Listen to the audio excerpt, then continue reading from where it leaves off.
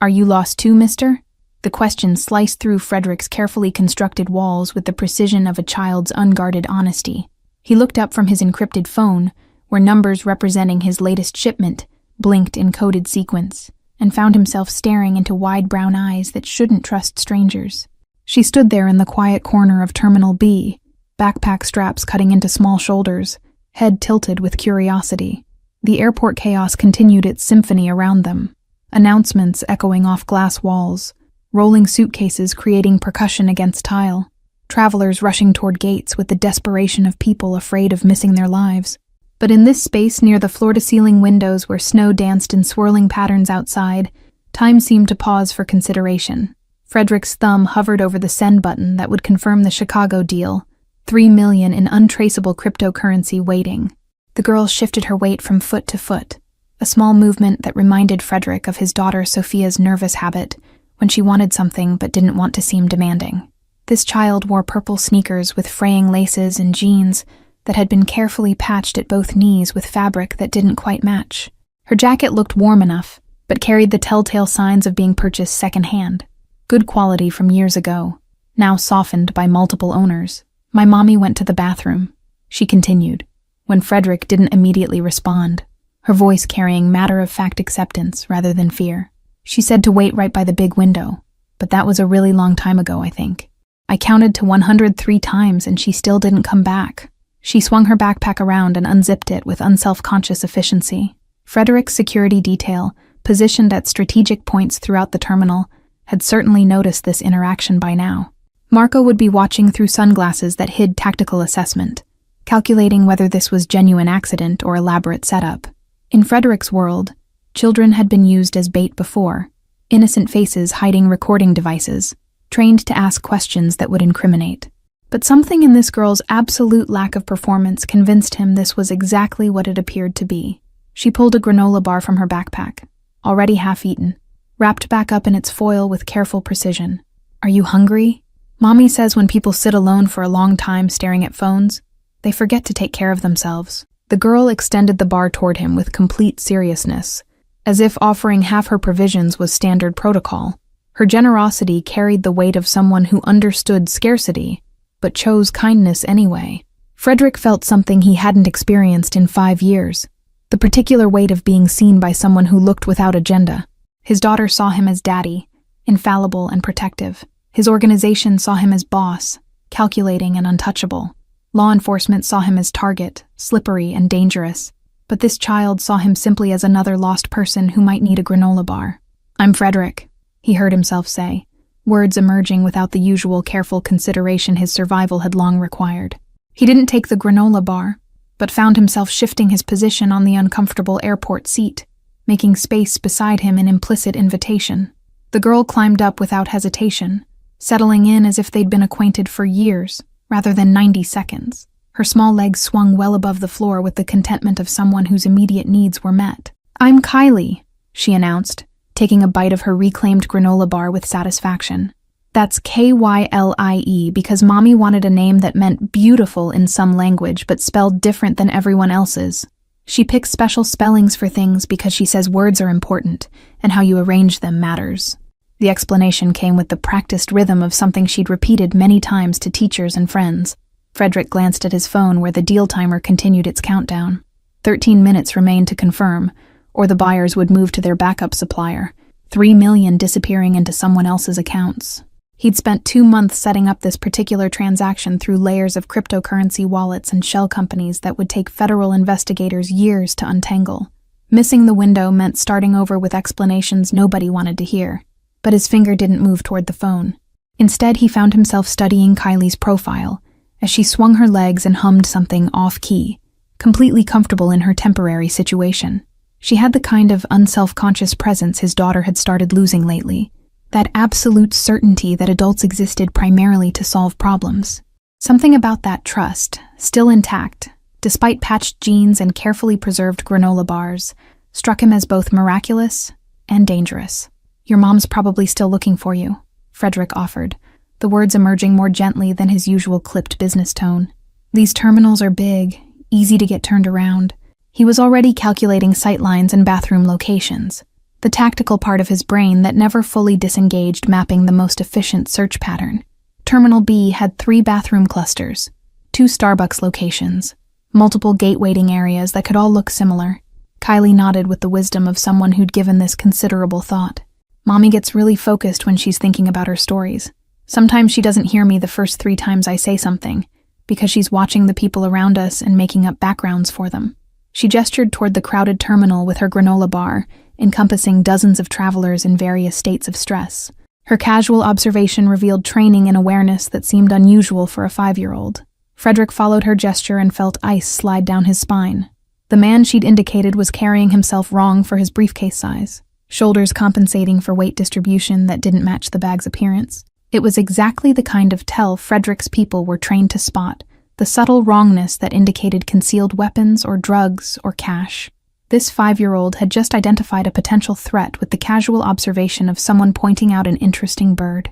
"Your mom taught you to notice things like that?" he asked carefully, his hand moving subtly toward his phone, not to confirm the deal, but to text Marco a target description. In Frederick's experience, children didn't develop tactical awareness accidentally. Either they were trained deliberately, or they learned it through necessity, growing up in environments where observation meant survival. Both possibilities made him want to find this Athena woman immediately and determine what kind of danger orbited her family. "Mommy notices everything," Kylie said with clear pride, finishing the last bite of granola bar and folding the wrapper into a tiny square with meticulous care. "She says writers have to be professional observers of human nature, which means watching people and understanding why they do things. She writes romance books about people finding each other when they thought they'd be alone forever." The explanation came with the particular intonation of someone quoting beloved phrases they'd heard many times during bedtime stories. Frederick's phone buzzed with Marco's response. "Target acquired. 3 potential associates positioned at gates C7 and C12. Recommend extraction to secure location."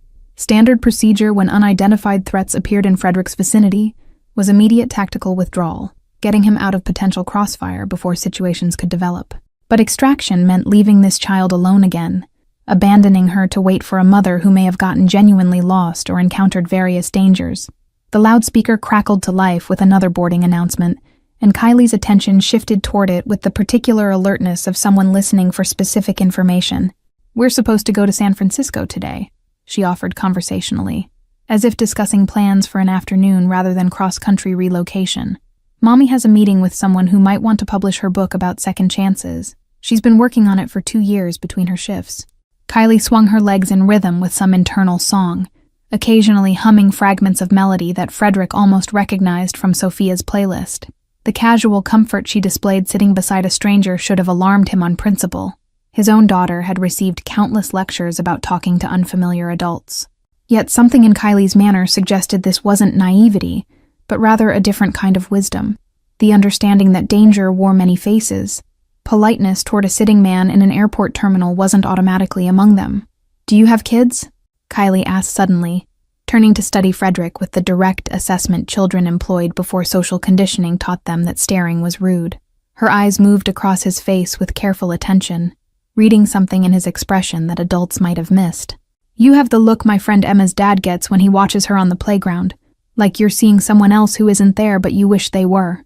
The accuracy of that observation knocked the breath from Frederick's lungs with more force than any physical blow had managed in his carefully violent life. He did have that look, caught it sometimes in mirrors when thoughts drifted to Sophia spending another evening with nannies and bodyguards. The guilt of absent parenting despite physical proximity, of being simultaneously present and fundamentally unavailable, manifested in exactly the kind of watching Kylie had identified with uncomfortable precision. "I have a daughter," Frederick admitted, the words coming easier than expected in the face of such direct curiosity. "She's about your age, at home with people who take care of her while I travel for work." The sanitized version of his life omitted the armed security detail that surrounded Sophia's every movement, the panic room built into her bedroom, the escape protocols she'd learned alongside her ABCs, because being Frederick Castellano's daughter meant being a potential target every moment. Kylie's face brightened with the particular joy of discovering common ground. "What's her name? Does she like animals?" "I really want a dog, but Mommy says we can't have one until we live somewhere that allows pets, and we can afford the veterinarian bills." The cascade of questions came without pause between them, natural enthusiasm of a child discovering a new acquaintance who might become significant. She pulled her backpack onto her lap again. Sophia, Frederick provided, finding himself unexpectedly willing to share details he normally guarded with operational security protocols. She likes horses, has riding lessons twice a week. He didn't mention the armed escort that accompanied Sophia to those lessons, or that the stable owner had been thoroughly vetted and received quarterly payments ensuring absolute discretion. In Kylie's world of granola bars and patched jeans, horse riding lessons probably seemed impossibly luxurious. Horses are basically big dogs, Kylie declared with the confident logic of childhood reasoning. Emma's mom says rich people have horses instead of pets because they can, but I think horses probably give good hugs if you could reach their necks. She hugged her one-eared rabbit demonstratively, showing Frederick the proper technique. Mr. Flops here is an excellent hugger even though his ear came off when we had to move really fast from our old apartment. The casual mention of moving really fast triggered Frederick's threat assessment instincts again. People moved fast for two primary reasons: pursuing opportunities or escaping dangers. Combined with Athena's apparent hypervigilance about observing suspicious behavior and teaching her daughter awareness skills, the picture forming in Frederick's mind suggested a woman running from something. Ex-husband, maybe, or bad relationship that ended badly, fleeing across state lines to San Francisco where publisher meetings provided legitimate cover. Frederick's phone buzzed again. Marco reporting bathroom sweeps coming up empty.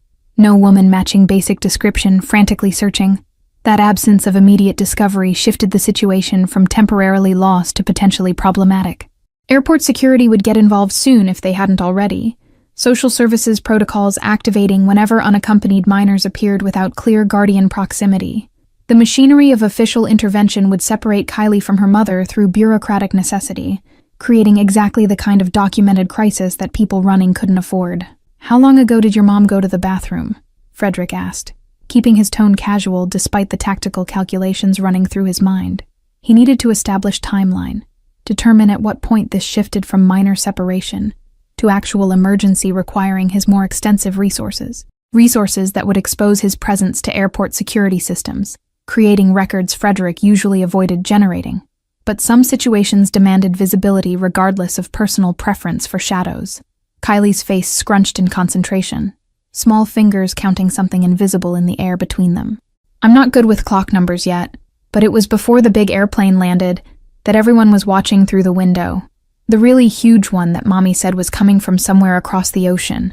She pointed toward the tarmac where an Airbus A380 now sat at its gate. "So, maybe a lot of minutes? More than counting to 103 times. Frederick checked his watch and calculated backwards from the A380's arrival time listed on his phone. That flight had landed 47 minutes ago. 47 minutes was well beyond the threshold of bathroom stop, plus general disorientation. 47 minutes meant something had gone meaningfully wrong, some obstacle beyond simple navigation confusion. Locked stall, maybe? Medical emergency? Security detention for suspicious behavior? Or the darker possibilities Frederick's profession forced him to consider. "Okay," Frederick said, making a decision that would complicate his carefully scheduled day, but felt non-negotiable in ways he didn't examine too closely. "Let's go find your mom. Can't have you counting to 104 times." He stood, expecting Kylie to slide down from the chair and follow, but instead she remained seated, studying him with new intensity. Her expression had shifted into something more assessing, less innocent. "You're not a normal mister," Kylie said slowly, her voice carrying consideration rather than accusation. "You sit like Emma's dad after he came back from the war, watching all the doors and windows even when you're looking at your phone, and those other misters over there." She gestured vaguely toward where Marco maintained his position. "They watch you the way Mommy watches me on the playground, making sure nothing bad happens but trying not to be obvious." The kid was terrifyingly perceptive, identifying protective detail through pure behavioral observation, despite Marco's professional-grade subtlety. Frederick reassessed his assumptions about Kylie's innocence versus trained awareness, wondering exactly what kind of life had taught a 5-year-old to spot security patterns most adults never noticed. The implications circled back to questions about Athena's background, what dangers she might be escaping, whether approaching airport security could expose this family to worse problems than temporary separation. "I'm someone who solves problems," Frederick offered carefully, the phrase he used when legitimate business contacts asked about his work, without wanting specific details that might implicate them. The people watching are friends who help me do that. And right now, the problem to solve is finding your mom before you have to count to 100 any more times. He extended his hand toward her, palm up, an invitation rather than command. Kylie regarded his hand for 3 long seconds, then placed her small fingers in his palm with the decisive commitment of someone who'd made a calculated choice. Okay, problem solver, Mr. Frederick. But we have to find her fast because she gets really scared when she can't see me. After our last apartment when the bad things happened, she doesn't like it when we're separated. She hopped down from the chair, backpack secured, one-eared rabbit clutched under her free arm. Frederick felt the weight of her hand in his, light, trusting, completely vulnerable, and experienced an unfamiliar sensation in his chest that might have been protective instinct, or might have been fear. This child had just voluntarily placed herself in the custody of a man who'd ordered executions, whose legitimate business served primarily as money laundering for operations spanning 4 states.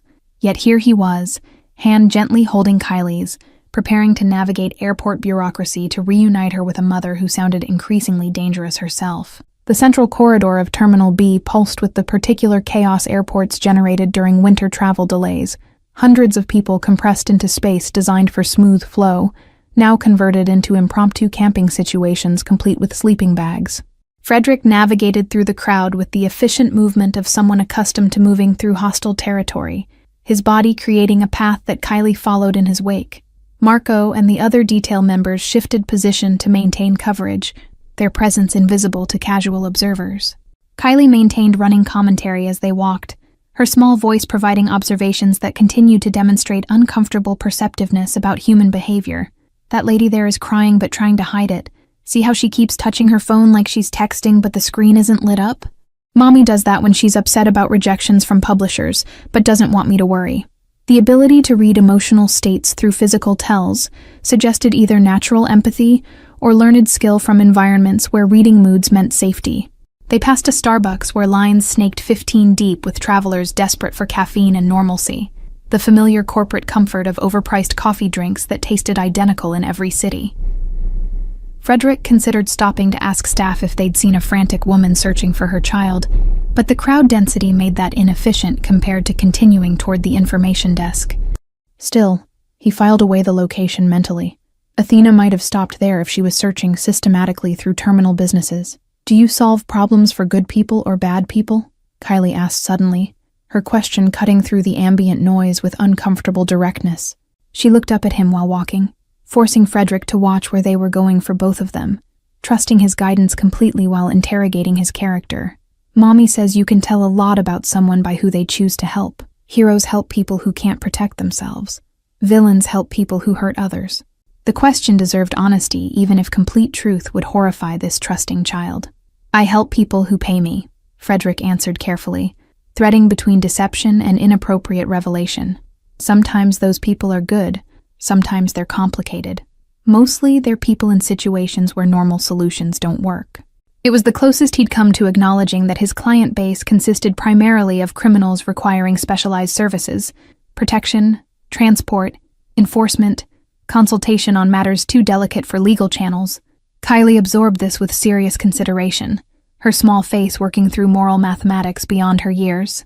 Mommy says everyone does bad things sometimes when they're scared or desperate, but what matters is whether you're trying to be better or trying to justify staying bad. People who want to be better are worth helping even when they mess up. The philosophical framework she presented came clearly from maternal instruction.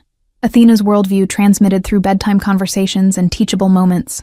The information desk materialized ahead, its illuminated sign promising assistance for travelers in various forms of distress.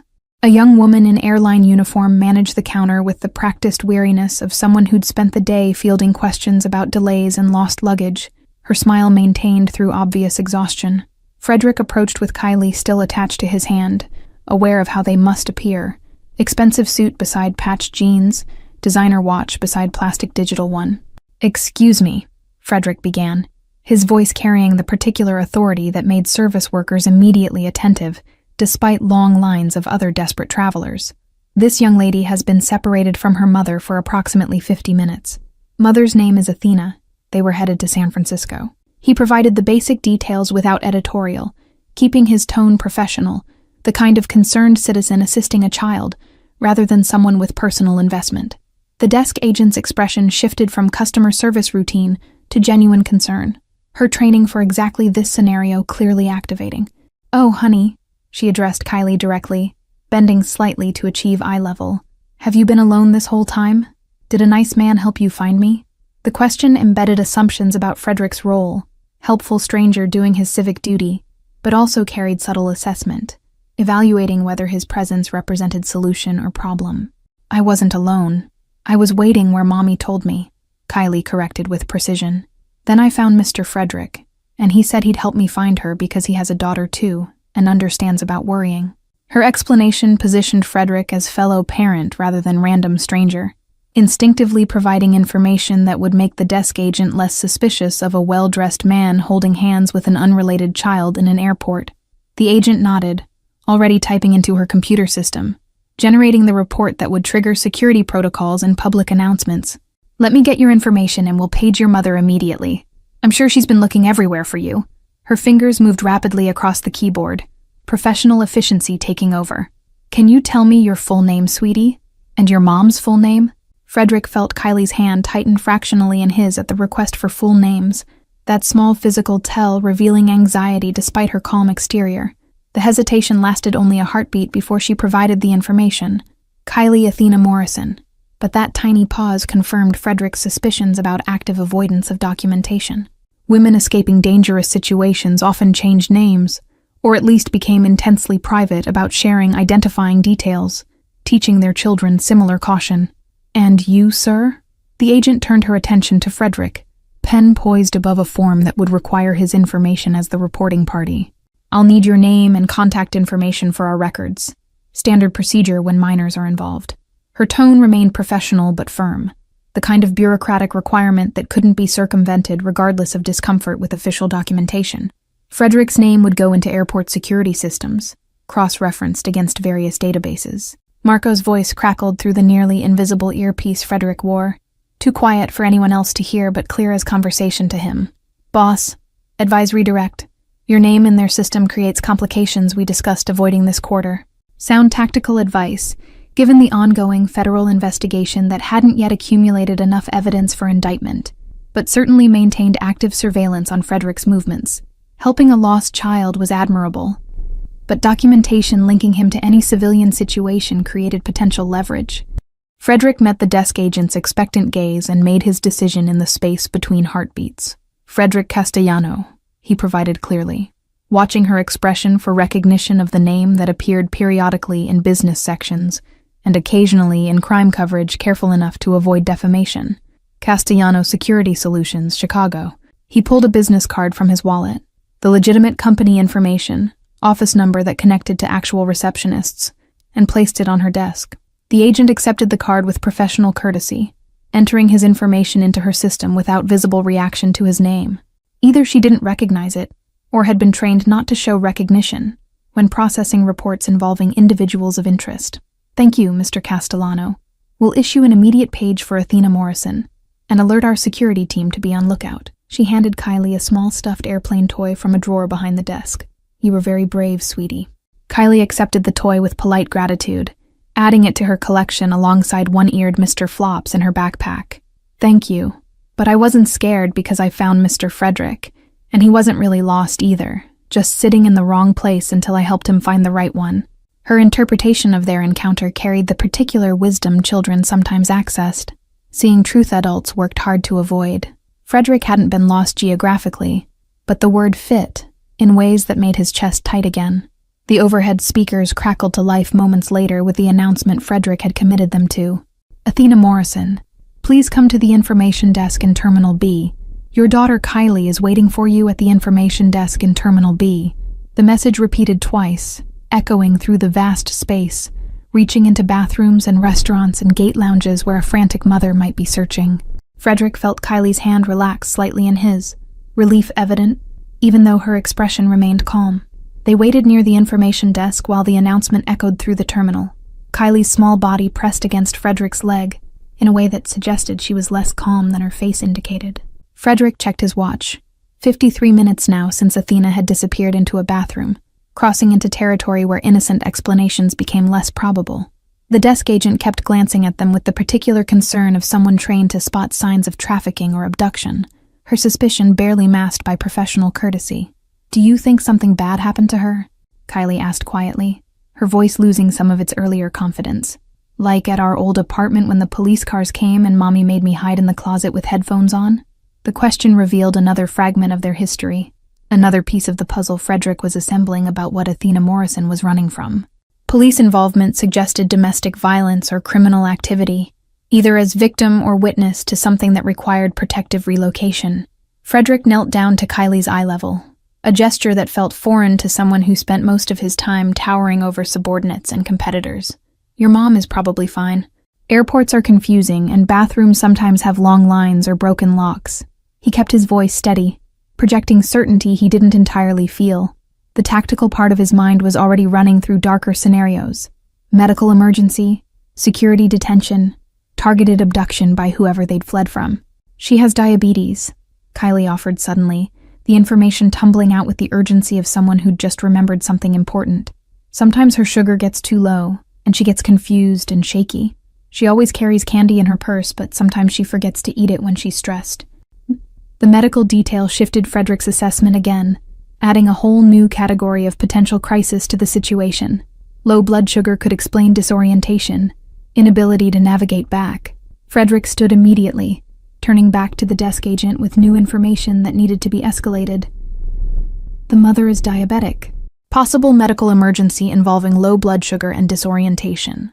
His tone carried command authority now, the voice he used when situations required immediate action from people who might otherwise move slowly through bureaucratic procedures. The agent's expression shifted from routine concern to active alarm, her fingers already reaching for the phone. "Medical team is being dispatched to check all bathroom facilities in Terminal B," the agent relayed after a rapid conversation with security coordination. "We're also reviewing security footage to track her last known location." She pulled out a tablet, pulling up camera feeds with the efficiency of someone who'd managed crisis situations before. Frederick positioned himself to see the screen, while keeping Kylie close, not wanting her to witness anything potentially traumatic. Marco appeared at Frederick's elbow, his presence sudden but not surprising given the escalating situation. "Boss, we've got eyes on 3 bathroom locations. Want me to coordinate a physical sweep?" His voice stayed low, professional, the kind of discreet offer of resources that wouldn't draw attention. Frederick nodded once, appreciating the initiative while recognizing that deploying his security team for civilian rescue created exposure he'd normally avoid. The tablet screen flickered through various camera angles, corridors, gate areas, restaurant entrances, as the agent searched for footage of a woman matching Athena's description. Kylie pressed closer to Frederick, standing on tiptoe to try to see, her small hand gripping his jacket with intensity. "She was wearing a blue sweater," Kylie provided helpfully. "The one with the small hole in the sleeve she keeps meaning to fix but never has time." "There," the agent said suddenly, freezing the footage on a timestamp from 49 minutes earlier. A woman in a blue sweater moved through frame heading toward the restroom corridor, her gait slightly unsteady, one hand trailing along the wall. Even from the grainy security footage, Frederick could see the signs Kylie had described: confusion, physical instability, someone whose body chemistry had gone dangerously wrong. The woman carried herself with the determination of someone trying to reach safety before collapse. "She's hypoglycemic," Frederick stated with certainty, recognizing symptoms from one of his accountants who'd had a similar episode during a tense negotiation. She knew something was wrong, and was trying to get somewhere private before it got worse. He understood that impulse, the need to hide vulnerability, to not let others see you weak, to maintain control even as your body betrayed you. It was the same instinct that had driven him to sit alone in terminals handling million-dollar deals while his daughter ate dinner with hired help. The desk agent was already coordinating with medical response over her headset, relaying the footage, timestamp, and location. "Medical team is converging on that restroom corridor now. They're equipped with glucose treatments." Her professionalism remained intact, but Frederick could hear the urgency underneath. Hypoglycemia could progress from confusion to unconsciousness, to seizures to death, if left untreated, the timeline compressed and unforgiving. Every minute Athena had spent trapped in that state increased the danger. Kylie's breathing had gone shallow, her small body trembling against Frederick's leg, despite her attempt to maintain the brave face she'd shown throughout this ordeal. Is Mommy going to die like Daddy did? The question came out small and broken, revealing a grief Frederick hadn't known existed, another layer of loss this child carried. Her father was dead, her mother potentially dying, and she'd placed all her trust in a stranger who solved problems with violence. Frederick picked Kylie up without thinking, something he hadn't done with Sophia in months because she'd declared herself too big for carrying. Kylie wrapped her arms around his neck and buried her face against his shoulder, finally letting herself be the scared child she'd been hiding beneath brave observations and careful questions. Her small body shook with silent sobs that felt like indictments of every moment Frederick had chosen business over being present for his own daughter. "Your mom is going to be fine," Frederick said into Kylie's hair, the promise carrying weight he had no authority to guarantee, but made anyway. "The medical people know exactly what to do. She probably just needs some juice and a few minutes to feel better." He rubbed small circles on her back, the way he vaguely remembered his own mother doing before she'd died, and left him to navigate the world alone at 16. Marco's voice came through the earpiece again. "Medical team has located the subject. Female, early 30s, unresponsive in restroom stall, administering glucose gel now." The clinical description of Athena Morrison, reduced to subject and female in tactical communication, made Frederick's jaw tighten. This was someone's mother, someone's whole world, the person who'd taught Kylie about kindness and observation, and choosing to help people even when you had nothing to give.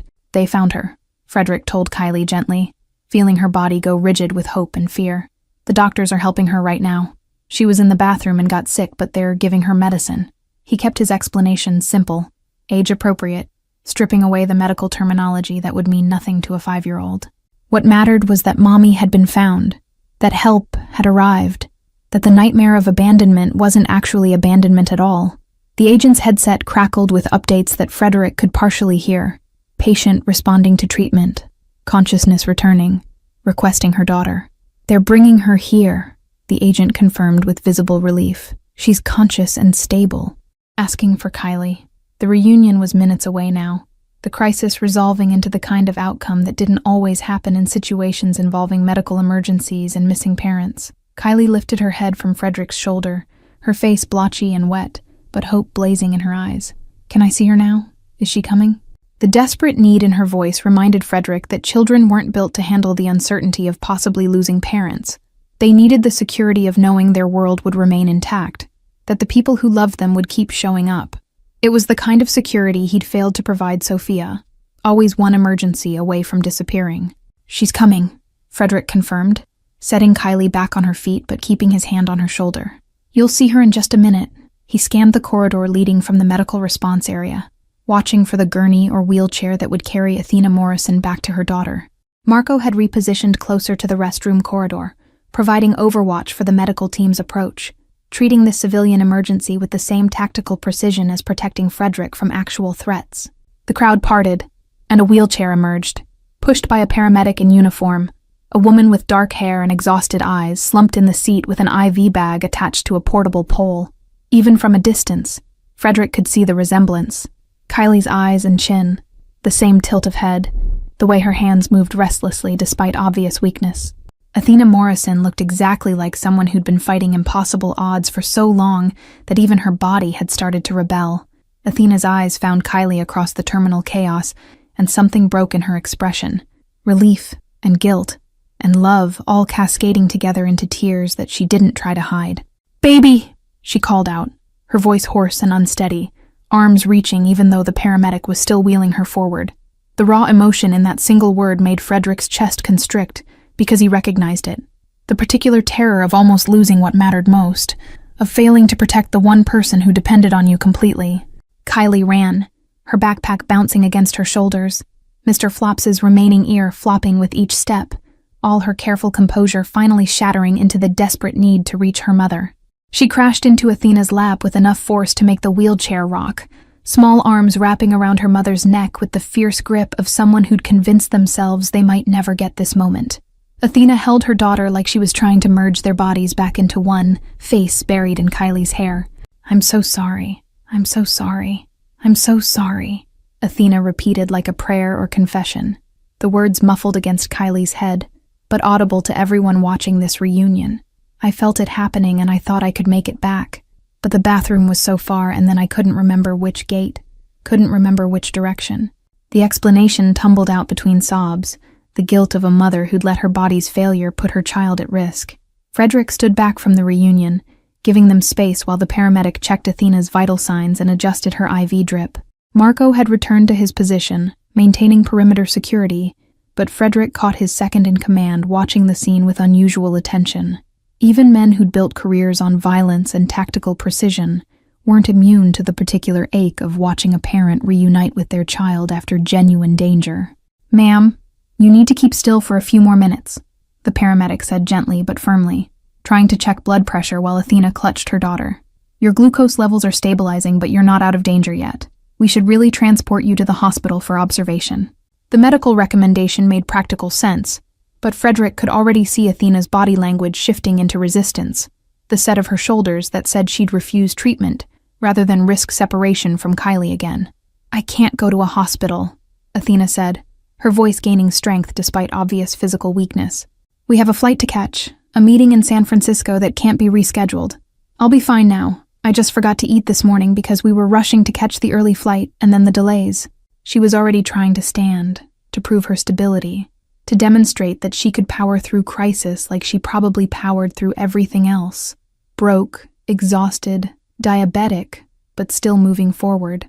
The paramedic looked to Frederick as if he had authority in this situation, as if his expensive suit and air of command meant he could convince this stubborn woman to accept proper medical care. "Sir, can you help me explain that she really should be evaluated? Hypoglycemic episodes can have delayed complications." The appeal put Frederick in an impossible position. He had no actual relationship to these people, no right to influence their medical decisions. Yet Kylie was looking at him too with those wide, trusting eyes. "How long until your blood sugar is fully stable?" Frederick asked Athena directly, treating her like an adult capable of assessing her own risk, rather than a patient who needed management. "And what's the actual danger if you don't go to the hospital versus if you just rest here with monitoring?" He wanted the information that would let her make an informed choice, not the paternalistic assumption that she couldn't handle her own chronic condition.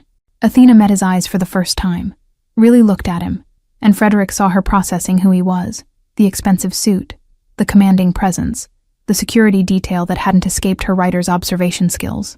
"You're the person who found her," she said, the statement carrying weight beyond simple gratitude. "Kylie told me about the problem solver who has a daughter and watches all the exits." Her description revealed just how much Kylie had shared during their time together, how much this perceptive child had seen. "Frederick Castellano," he introduced himself formally, extending his hand to a woman sitting in a wheelchair with an IV in her arm. "I was sitting near where your daughter was waiting." She asked if I was lost too. The echo of Kylie's question hung between them, carrying layers of meaning neither of them acknowledged directly. He had been lost, was still lost, just not geographically. Athena took his hand, her grip surprisingly strong despite the medical crisis she'd just survived. "Athena Morrison. And I'm guessing you're not just some random businessman given the friends watching from tactical positions." Her directness caught Frederick off guard. Most civilians didn't identify security details, didn't call out the obvious pretense of coincidental helpfulness. But Athena wasn't most civilians. She was someone who'd taught her daughter to spot threats and read behavioral patterns because their survival had depended on it. "I solve problems that normal channels can't handle," Frederick admitted, giving her the same careful truth he'd given Kylie. "Security consulting, risk management, personnel protection." The sanitized description of his empire sounded almost legitimate when spoken to a woman who'd just nearly died alone in an airport bathroom. He didn't mention the shipments or the cryptocurrency or the $3 million he'd let slip away because her daughter had needed help. "Thank you for not leaving her alone," Athena said, her voice breaking slightly on the words. "Thank you for being someone safe when she needed it. I teach her to trust her instincts about people, to look for the ones who watch the exits because they're thinking about protection, not escape routes."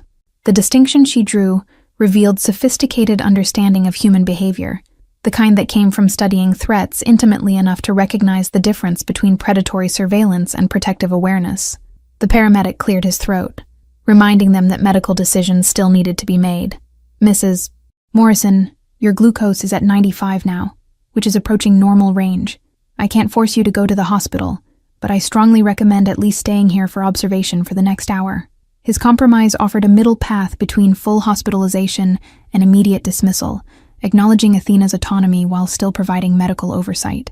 Athena looked at Kylie, then at the departure board showing their San Francisco flight's new departure time. Still 2 hours away thanks to weather delays. "We can stay for an hour," she agreed, the decision visibly costing her something. Frederick recognized that internal calculation. Accepting help meant acknowledging vulnerability, meant letting strangers see your weaknesses, meant creating debt you might not be able to repay. It was the same calculation that kept him isolated in terminals handling business alone. "There's a VIP lounge in this terminal," Frederick heard himself offering, the words emerging before strategic consideration could stop them. "Private space, comfortable seating, food service. Better than sitting here in the corridor with everyone watching." He pulled out his phone, already texting Marco to arrange access. His company maintained memberships in executive lounges across every major airport for exactly this kind of situation, though usually for business purposes, rather than helping diabetic single mothers. Athena's expression flickered with suspicion, warring against exhausted gratitude. "Why would you do that? You don't know us." The question carried the particular wariness of someone who'd learned that generosity usually came with strings attached, that men who offered help to vulnerable women often expected payment in forms that made your skin crawl.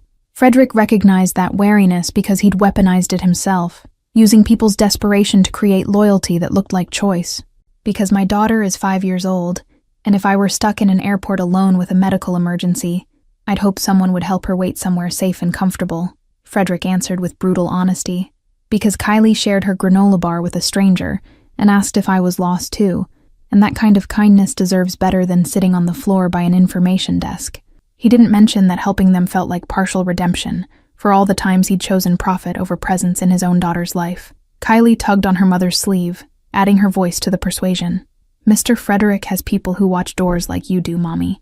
He solves problems for complicated people, and he let me hold his hand when I got scared about you." The 5-year-old's endorsement carried weight that Frederick's business card never could. Her instincts about safety providing the credibility that Athena needed to accept help from a stranger who looked like he could afford to own problems rather than solve them. "Okay," Athena finally agreed, her body sagging slightly in the wheelchair with relief at not having to maintain vigilance for the next hour. "Thank you. We'll stay in the lounge until my levels are stable in our flight boards." The acceptance came with visible surrender of control. Trusting Frederick's offered kindness because exhaustion and medical necessity didn't leave room for paranoid caution. She was choosing to believe he was safe because the alternative was refusing help her body desperately needed. The VIP lounge occupied a quiet corner of Terminal B, accessible through a discreet door that most travelers passed without noticing. Frederick's membership card granted immediate entry, the desk attendant's professional smile widening with recognition of his name and status. Marco held the door while the paramedic wheeled Athena inside, Kylie walking alongside, clutching her mother's hand like she might disappear again if contact broke for even a second. The space was designed for comfort and privacy.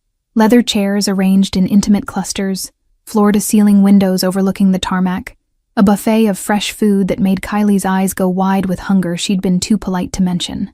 The contrast between this quiet luxury and the chaotic terminal they'd left behind felt almost obscene, a reminder of how money bought not just things but peace, space, freedom from the crush of other people's desperation. "Help yourself to food," Frederick told Kylie, gesturing toward the buffet where pastries and fruit and hot dishes waited under warming lights.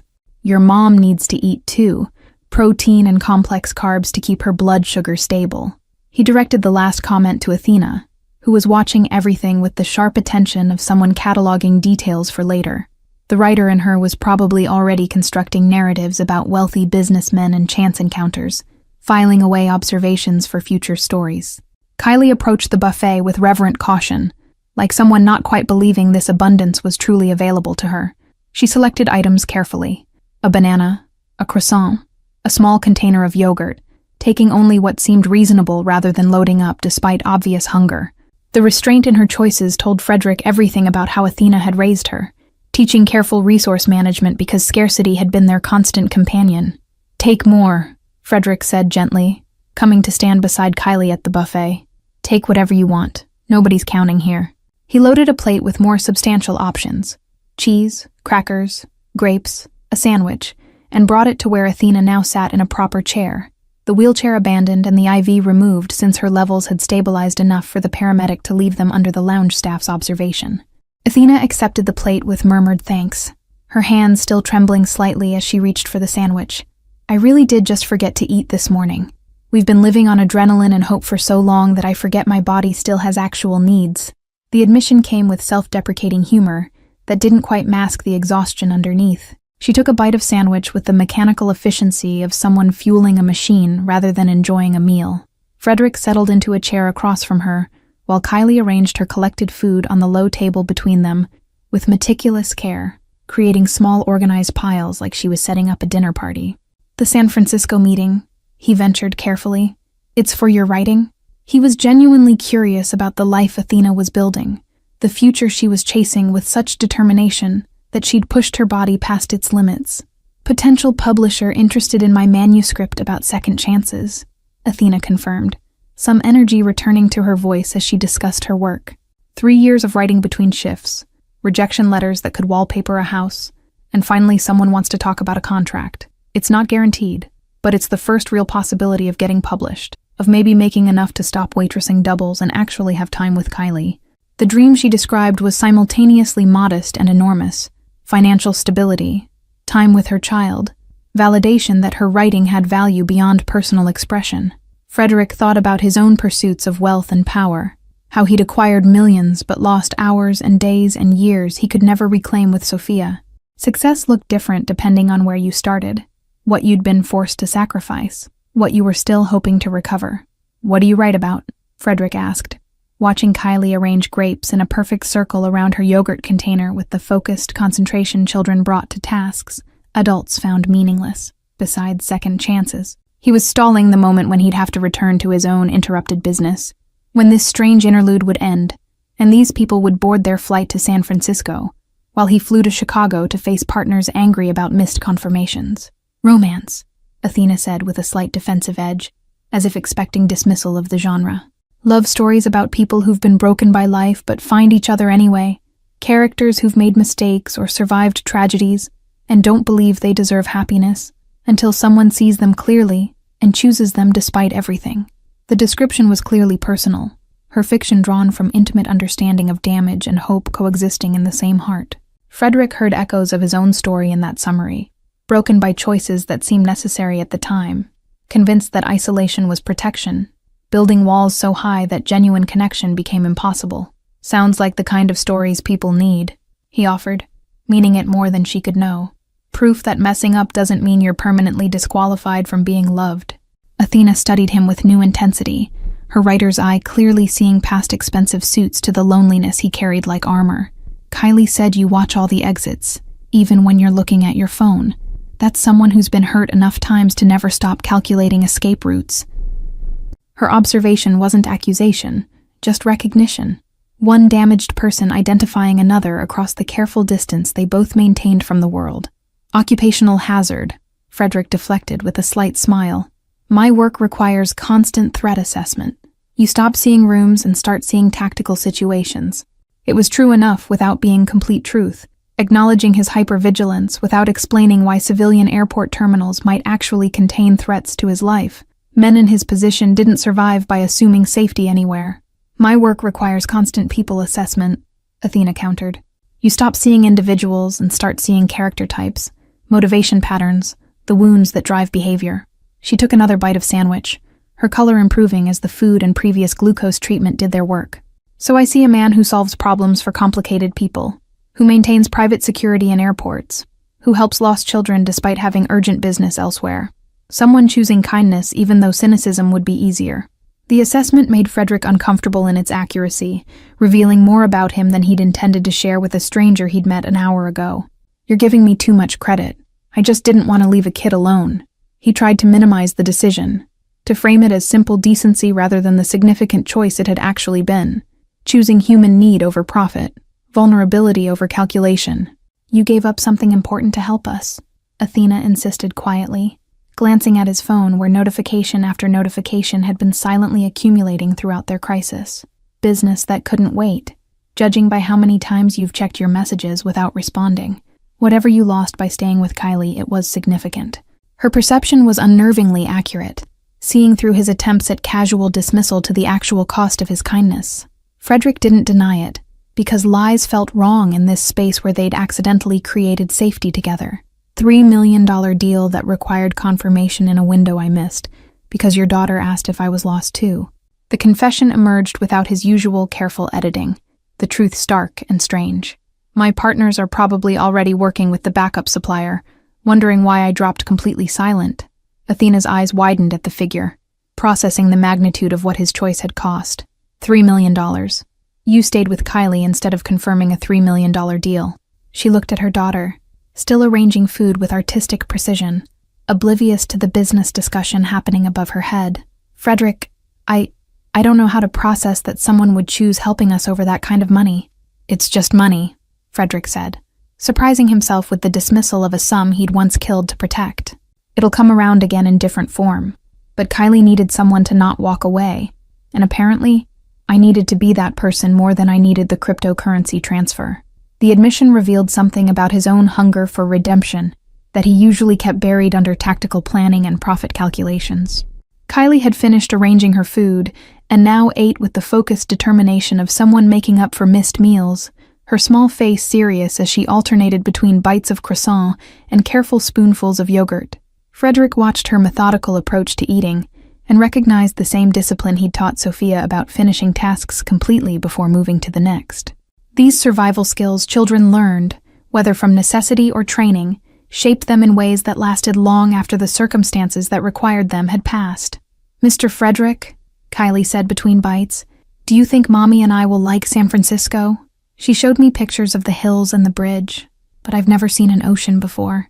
The question carried the particular mixture of excitement and anxiety that accompanied major life changes, the hope that this move would finally be the one that stuck, that created stability, instead of just another temporary station before the next escape.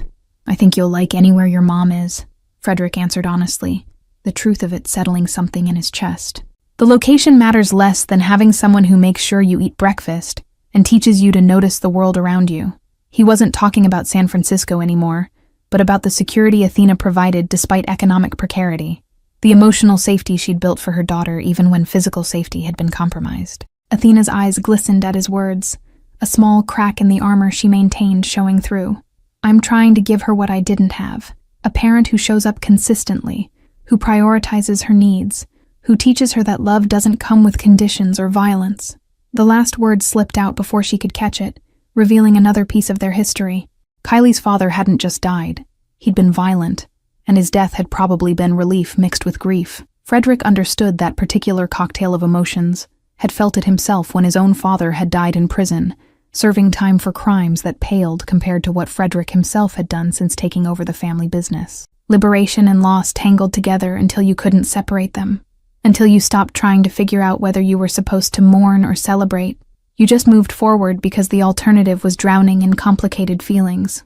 Sophia's mother left when she was 6 months old, Frederick heard himself sharing, words he rarely spoke aloud even to people in his inner circle. Decided motherhood wasn't what she'd signed up for, that being connected to me and my business was too dangerous or too boring or both. So I've been doing the single-parent thing for 5 years, mostly failing at the balance between keeping her safe and actually being present.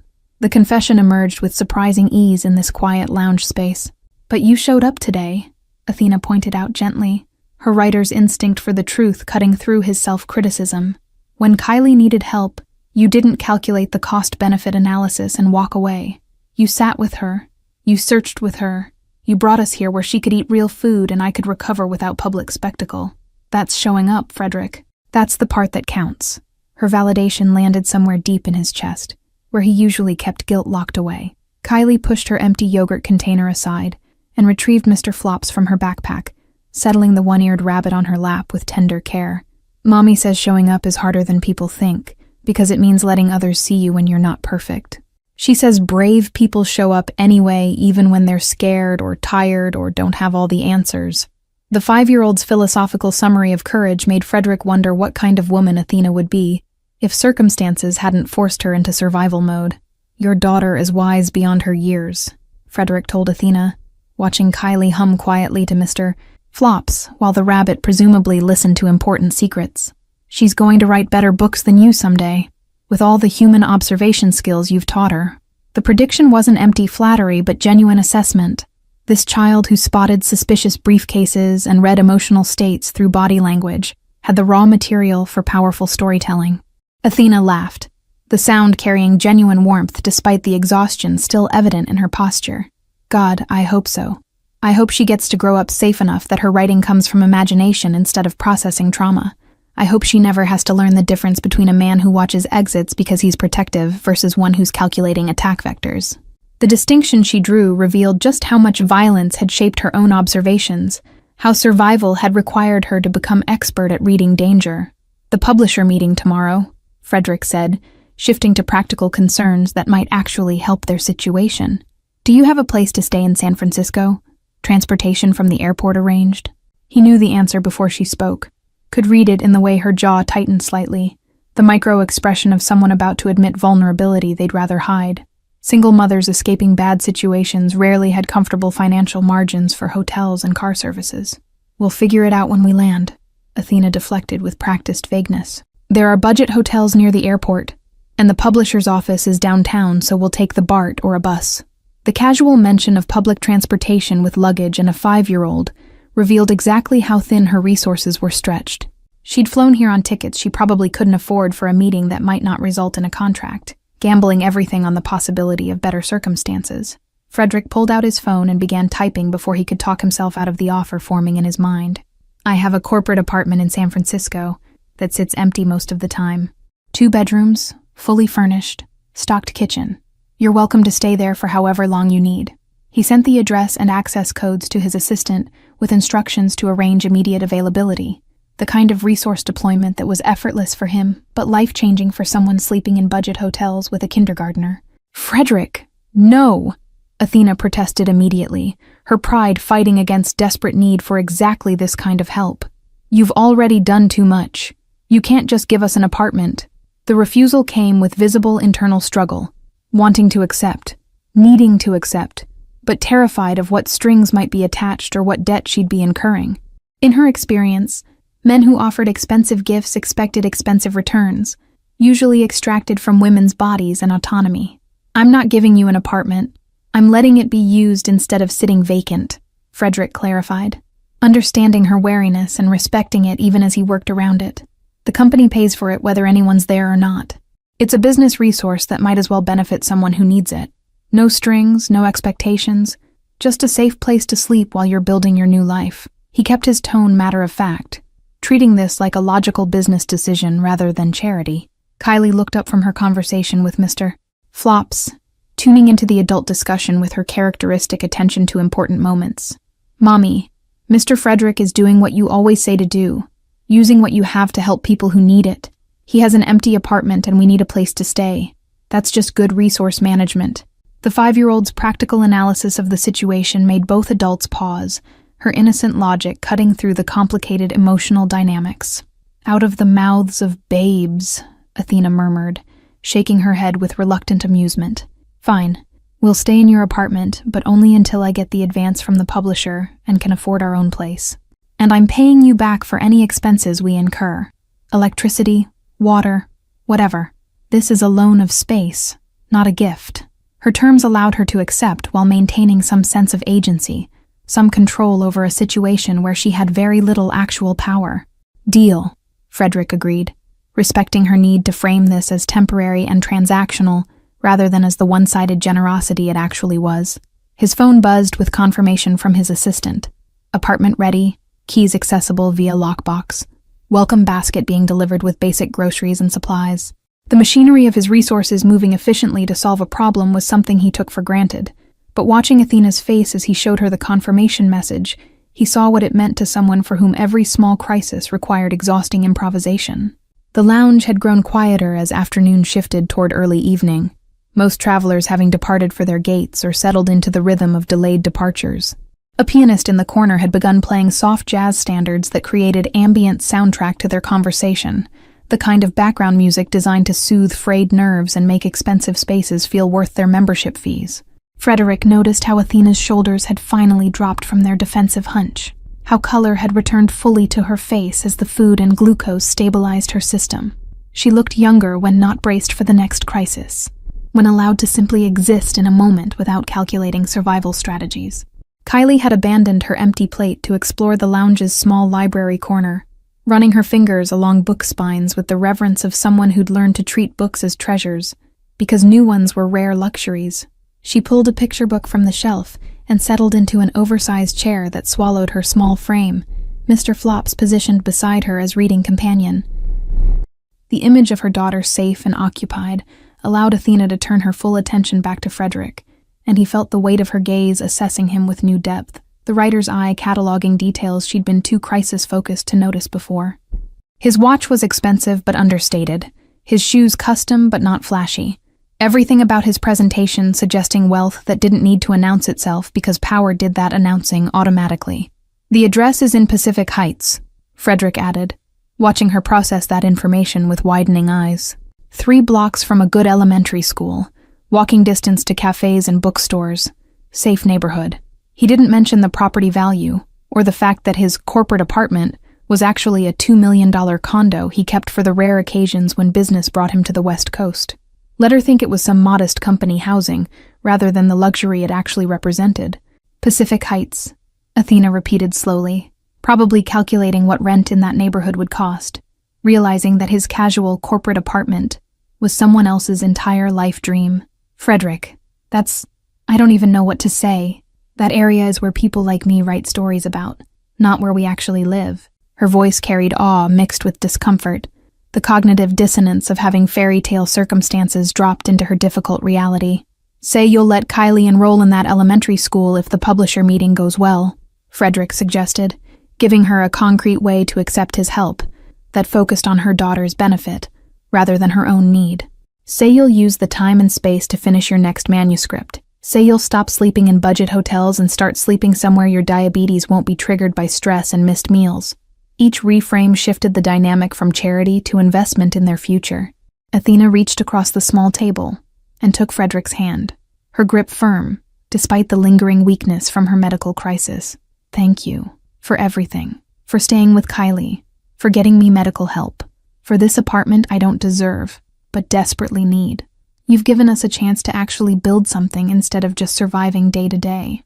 Tears tracked down her face, but her voice stayed steady, gratitude and hope mixing into something that looked dangerously like the second chances she wrote about in her novels.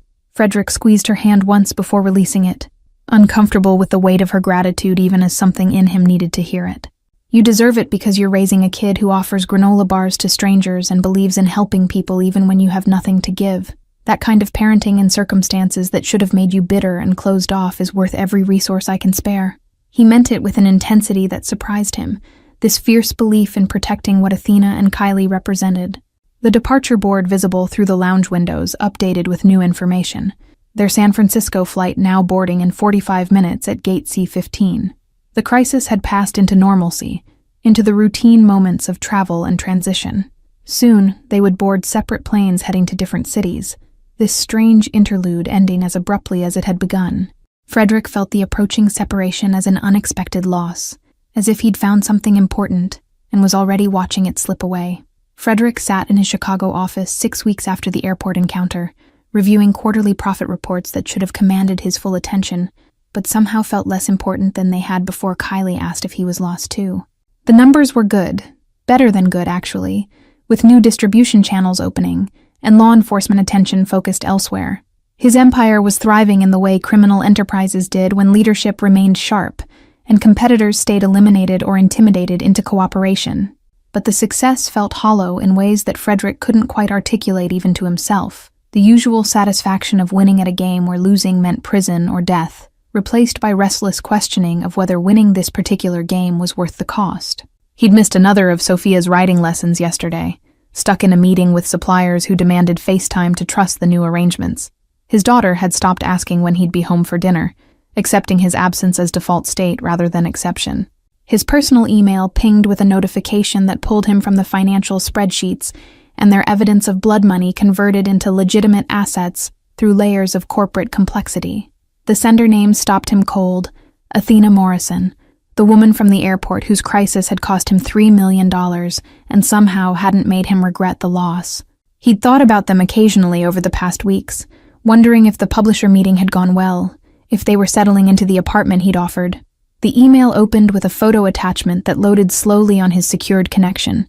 Kylie standing in front of a bookshelf in what Frederick recognized as his Pacific Heights apartment's living room, holding up a drawing she'd made. The picture showed 3 stick figures labeled Me, Mommy, and Mr. Frederick, all holding hands under a sun with rays extending to the edges of the paper. The innocent artistry made something in Frederick's chest twist uncomfortably, reminded him that children created permanence from brief encounters, that 5-year-olds didn't understand the difference between temporary kindness and lasting connection. "Dear Frederick," the email began, Athena's voice coming through in the careful word choices and slightly formal tone. "I hope this message finds you well, and that I'm not overstepping by reaching out to your personal email. Kylie insisted I send you the picture she drew, and I confess I wanted to update you on how your extraordinary generosity has changed our lives." The opening acknowledged their strange relationship. Not quite friends, not business associates, something undefined that existed because of crisis and choice. She wrote about the publisher meeting that had exceeded her hopes, resulting in a 2-book deal with an advance substantial enough to cover several months of expenses, while she completed revisions on the first manuscript. The contract wouldn't make her wealthy, but it created breathing room she hadn't experienced in years, space between survival and crisis, where actual life could happen. She'd enrolled Kylie in the elementary school Frederick had mentioned, the one 3 blocks from his apartment, and her daughter was thriving with educational stability she'd never had before. The details Athena shared painted a picture of normalcy that Frederick envied despite his wealth and power. School pickups and playground conversations with other parents, writing sessions in cafes while Kylie did homework, cooking dinners in a kitchen large enough to move comfortably. The apartment he'd offered without thinking had become the foundation for the kind of life Athena had been chasing through multiple relocations and desperate gambles.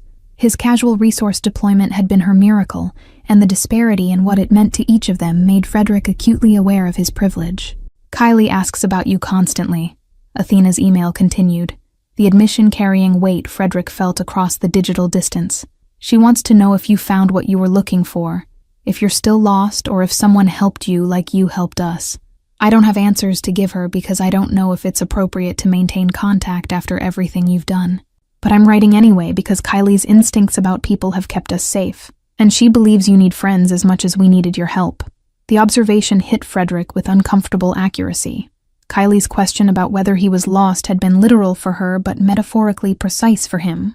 He was lost, had been lost for years in the machinery of his criminal empire, going through motions of accumulation and protection, without clear destination or purpose beyond survival and dominance.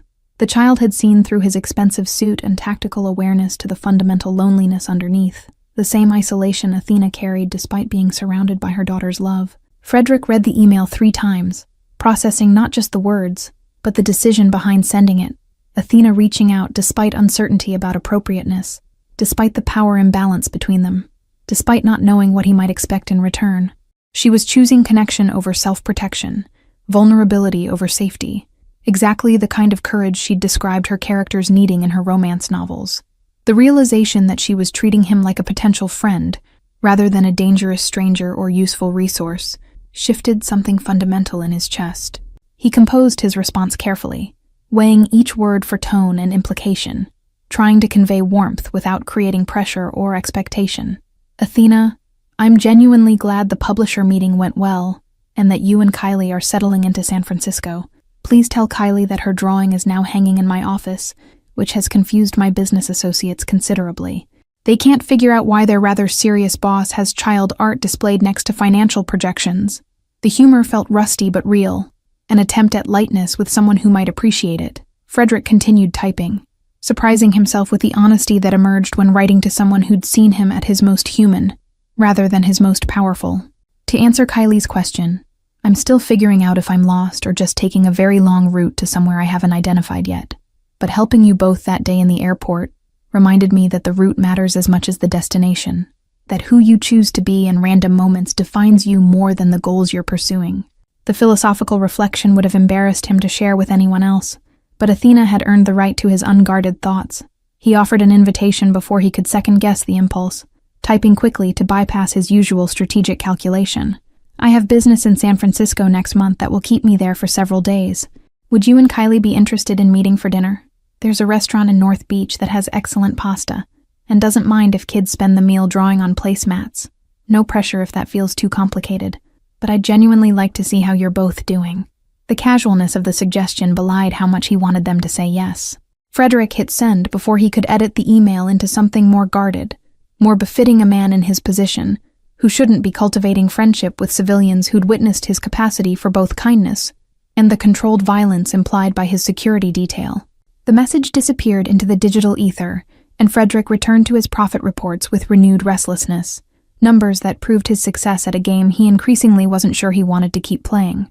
Athena's response came 3 hours later, fast enough to suggest she'd been hoping for his reply, waiting to see if Frederick would reciprocate her reaching out or politely decline the implicit offer of continued connection.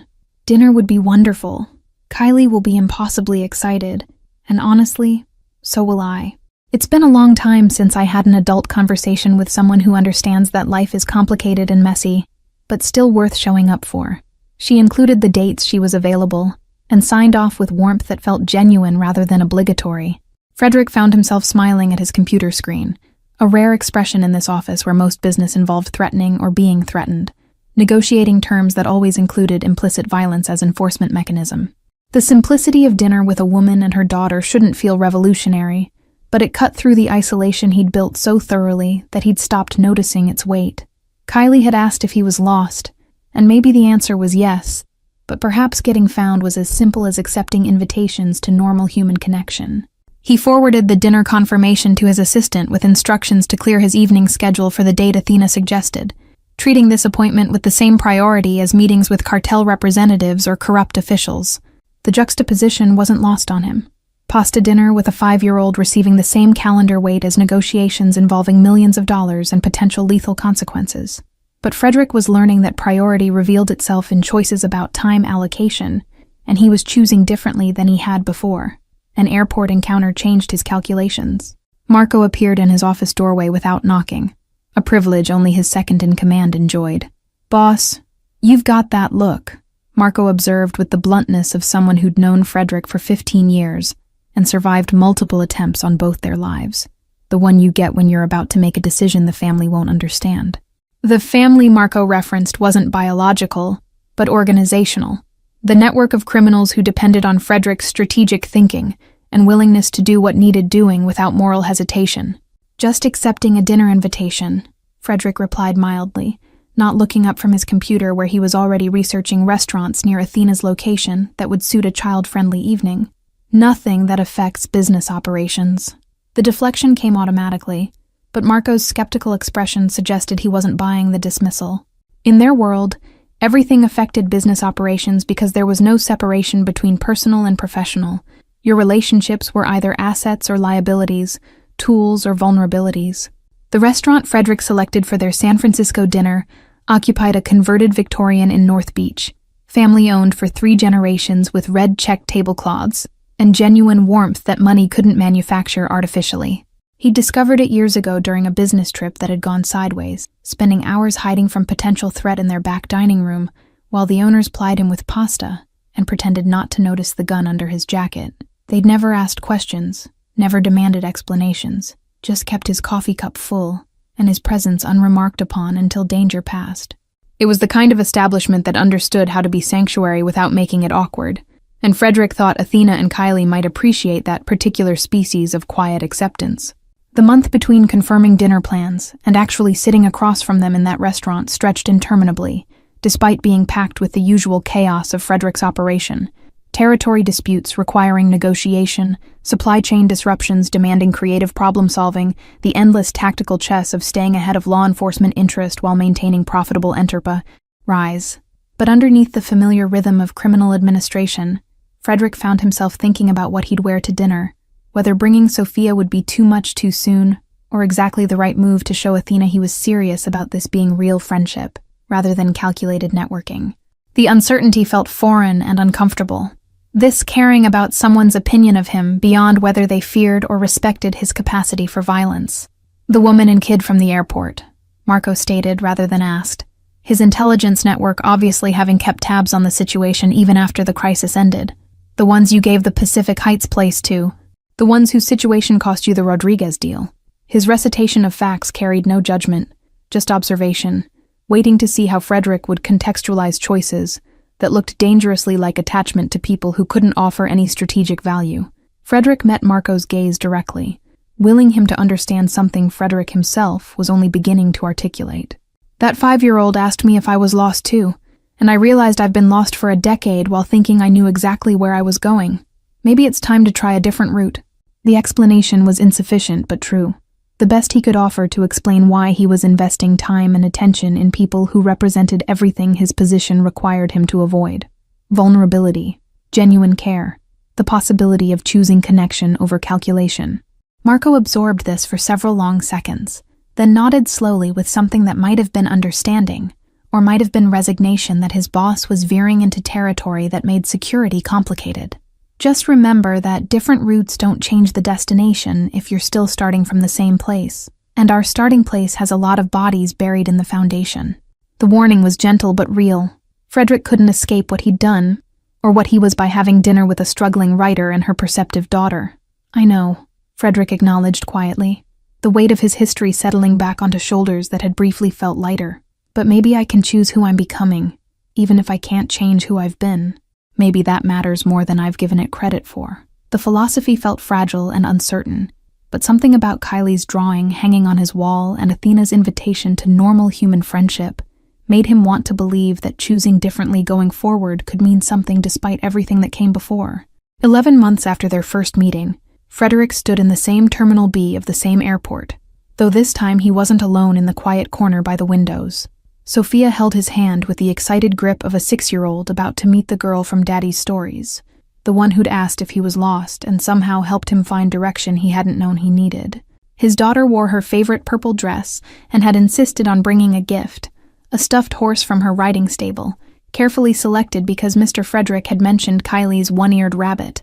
The past year had unfolded in email exchanges that became video calls, that became weekend visits when Frederick's business in San Francisco occurred with increasing frequency. Athena's first book had published to modest but genuine success, her stories about broken people finding each other resonating with readers who recognized their own complicated relationships to love and redemption. Kylie had thrived in her new school, making friends and losing some of the hyper-vigilant wariness that came from unstable housing and constant relocation. Frederick had made changes too, harder ones that involved restructuring his business relationships and beginning the long, complicated process of extracting himself from the most dangerous aspects of his empire. He couldn't erase what he'd done, or suddenly become legitimate, but he could choose which deals to accept going forward, could start redirecting his considerable resources toward operations that didn't require violence as primary enforcement. Marco thought he was losing his edge, growing soft, but Frederick didn't care because Sophia had started asking when she'd see him at dinner, instead of accepting his absence as inevitable. "Is that them?" Sophia asked suddenly, pointing toward the security exit where passengers emerged from their flights. Frederick followed her gaze and saw Athena pushing Kylie's rolling suitcase, her daughter walking beside her wearing jeans that looked new rather than patched, both of them scanning the crowd with the particular attention Frederick recognized as looking for familiar faces. The sight of them made something in his chest settle into place, a piece he hadn't known was missing until it returned. Kylie spotted them first, her face transforming with pure joy as she broke away from her mother, and ran toward Frederick with the complete trust she'd shown that first day in the terminal when she'd asked if he was lost too.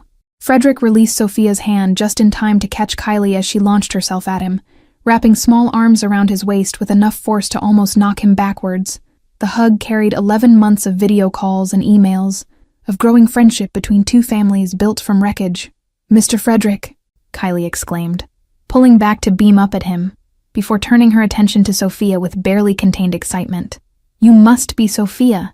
Your dad has told me so much about your horse riding and your favorite books, and how you're learning to play piano."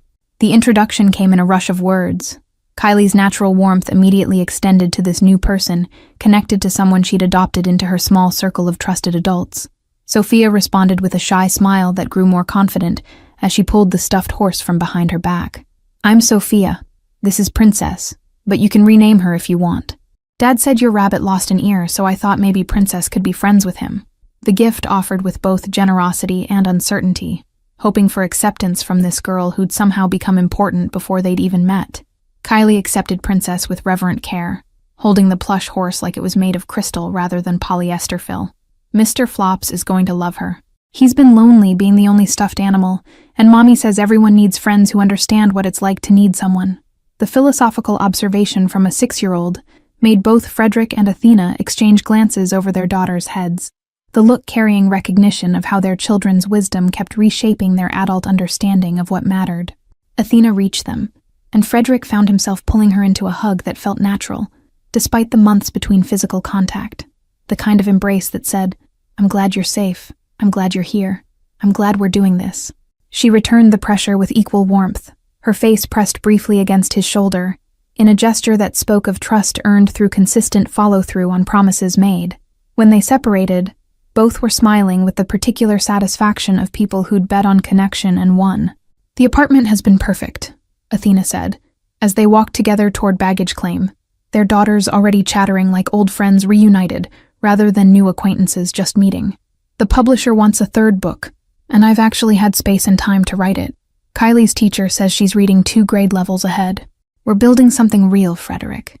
And it started because you didn't walk away when walking away would have been easier."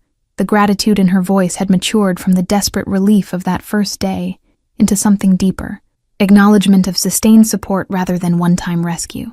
Frederick hefted Kylie's suitcase alongside Sophia's smaller bag, playing the role of porter, with amusement at how far he'd come from the man who'd sat alone negotiating cryptocurrency deals while chaos swirled around him. "You built it," he corrected gently. "I just provided an empty apartment and showed up when invited. The writing and the parenting and the stability, that's all you choosing to create something better than what you escaped from." He meant it, even though he knew his resources had made the difference between success and continued struggle. "We're going to the aquarium tomorrow," Kylie announced to Sophia with barely contained excitement, the 2 girls now walking slightly ahead of their parents with the unconscious intimacy of children who'd decided to be friends. "Have you ever seen a shark up close? Mommy says they're not as scary as movies make them seem, that they're just doing what they need to do to survive, and that doesn't make them monsters."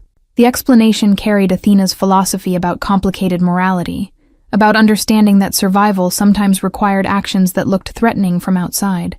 Frederick caught the metaphor in Kylie's excited chatter about sharks, and felt it land in his chest with the weight of absolution he hadn't known he needed. Athena was teaching her daughter that dangerous didn't equal evil, that creatures who did harm in service of survival weren't automatically irredeemable. It was the kind of moral framework that allowed space for men like Frederick to be both the person who ordered violence and the person who helped lost children, to contain multitudes that didn't cancel each other out, but existed in complicated coexistence. They reached baggage claim where carousel number 3 was just beginning to rotate with luggage from Athena's flight. The girls positioned themselves right at the edge, ready to spot their bags first, competing good-naturedly over who would identify them fastest. Frederick stood beside Athena in comfortable silence, watching their daughters interact with the particular contentment of parents, seeing their children happy and safe and free to just be kids, without adult complications weighing them down. "I wanted to tell you in person, rather than over email," Athena said quietly, her voice carrying nervousness that immediately put Frederick on alert for whatever confession was coming. "There's someone in my writers group who's been asking me out for coffee. He's nice, stable, works as a high school English teacher. No criminal empire, no security detail, no complicated past involving violence." She rushed through the description like ripping off a bandage, watching his face for reaction she clearly feared. Frederick processed the information and the complicated emotions it triggered. Relief that she was building a life that included potential romance with someone appropriate, unexpected jealousy that surprised him with its intensity, genuine happiness that she felt safe enough to pursue connection beyond their strange friendship. "That's good," he managed, meaning it despite the twisting in his gut. "You deserve someone uncomplicated who can show up consistently without wondering if federal investigators are watching." The words came out steady, even though they cost him something to speak. "I wanted you to know because I'm not sure what we are," Athena continued, her honesty characteristically direct. "You've been the most important person in my life besides Kylie this past year, but I don't know if that's gratitude or something else, and I don't know what's possible given who you are and the world you operate in.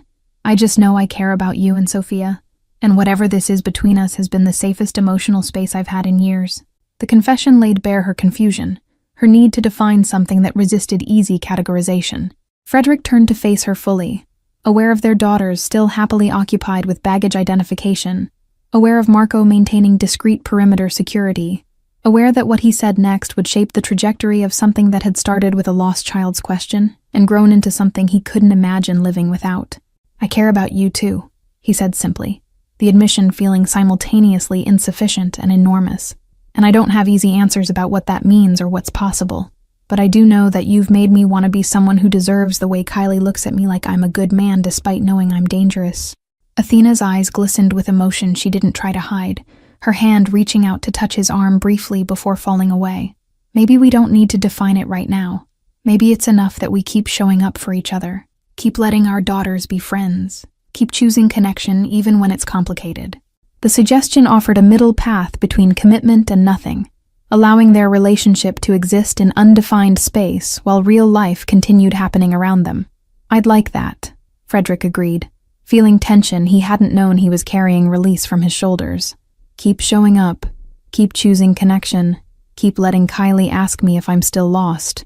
The reference to their beginning made Athena smile, that particular expression that transformed her face from pretty to beautiful, exhaustion and weariness temporarily erased by genuine happiness. Kylie and Sophia suddenly shouted in unison, having spotted their suitcases emerging on the carousel. They worked together to drag the bags off the moving belt, with more enthusiasm than efficiency, both girls giggling as they struggled with luggage larger than they were. Frederick and Athena moved to help, becoming a unit of 4 people working together on the mundane task of collecting belongings, looking for all the world like a normal family doing normal things after a normal flight. They walked together toward the parking garage where Frederick's car waited, Sophia and Kylie holding hands now, and chattering about aquarium plans and stuffed animals, and whether seahorses counted as fish or horses. The contentment Frederick felt in this moment. Daughters happy, Athena beside him, no immediate crisis requiring tactical response, was something he'd never expected to experience. It felt fragile and precious, and entirely dependent on choices he kept making, to show up, rather than retreat into the isolated safety of his previous existence. "Thank you," Athena said, as they loaded luggage into his trunk, the words simple but carrying weight of everything she meant. "Thank you for not walking away that first day. Thank you for the apartment and the consistent friendship. Thank you for making space in your complicated life for us. Thank you for helping me believe that good men exist even in unexpected forms." "Thank you for asking if I was lost," Frederick replied, the echo of Kylie's question bringing them full circle to where this had started. "Turns out I was, and you helped me find something worth the search." The admission felt like the truest thing he'd said in years. This acknowledgement that a 5-year-old's innocent question had redirected his entire trajectory, had shown him that who you chose to be in small moments mattered more than the empire you built through calculated violence. They drove toward the apartment where Athena and Kylie would stay for this visit, Sophia chattering excitedly about all the places they'd show them over the next few days. Frederick navigated Chicago traffic with Marco following in a separate vehicle, maintaining security protocols that had become second nature. The life he'd built was still dangerous, still complicated, still carried consequences that might eventually catch up to him.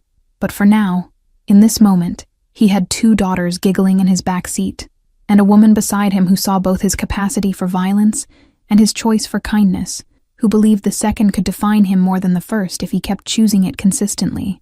The future remained uncertain. Athena's potential romance with the stable English teacher, Frederick's continued extraction from criminal operations, the girls growing up, and eventually understanding the complicated truth about Mr. Frederick's business. But uncertainty was different from being lost. Lost meant wandering without direction or purpose. What Frederick felt now was navigation toward something worth reaching, even if the route stayed complicated and the destination kept shifting.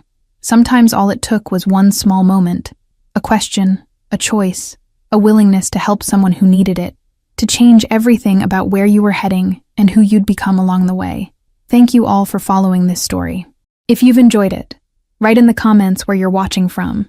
It means so much to know this story is reaching people around the world. Don't forget to like, subscribe, and share this video. Your support helps me continue creating stories about connection, redemption, and the small moments that change everything. See you in the next one.